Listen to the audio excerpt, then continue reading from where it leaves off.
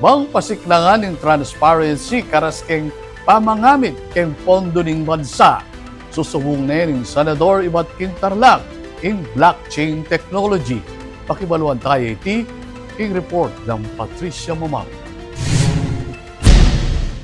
Balang sentimo ning kabaning balen dapat balo na ning Pilipino nung nuka rin magagamit.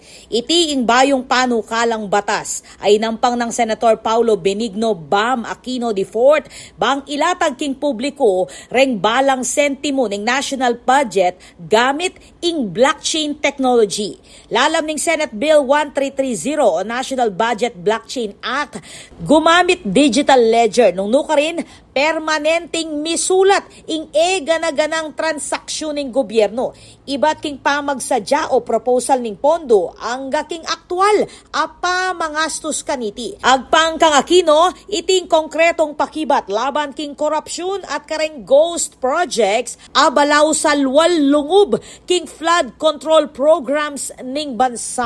Po sa ating hearing at pagkatapos po nito sa budget ay mabawasan ang mga ghost project o mabawasan yung mga flood control na hindi naman kailangan. Ako po sumasang-ayon sa Chairman of Finance na ilagay na lang ito doon po sa ating classrooms na alam nating may makikinabang kaagad. Lalam ning panukala, akit ning publiko nung magkano ing binayad king kontraktor, makanano karakaling semento, baka la ginamit at nuka rin la miraras reng pondo.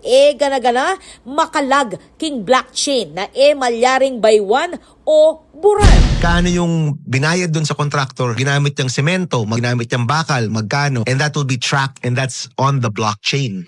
And nobody can change that.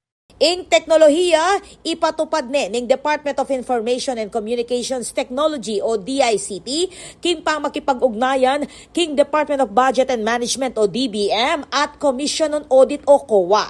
Kawani, king pang magbante, laban king katiwalian o anomalya kapag nasaning batas na pasiknangan, ing partisipasyon dareng memalen, karas king budget process.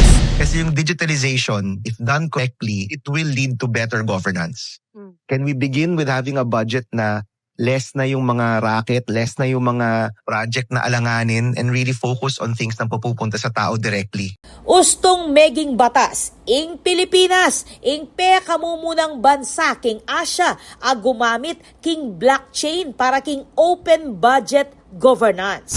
No one is crazy enough to put their transactions on blockchain where every single step of the way will be logged and transparent to every single citizen.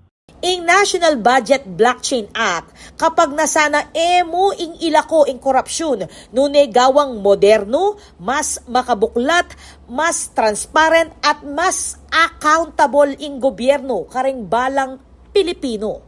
Ako po, Patricia Mamangon para king News Force Pampanga.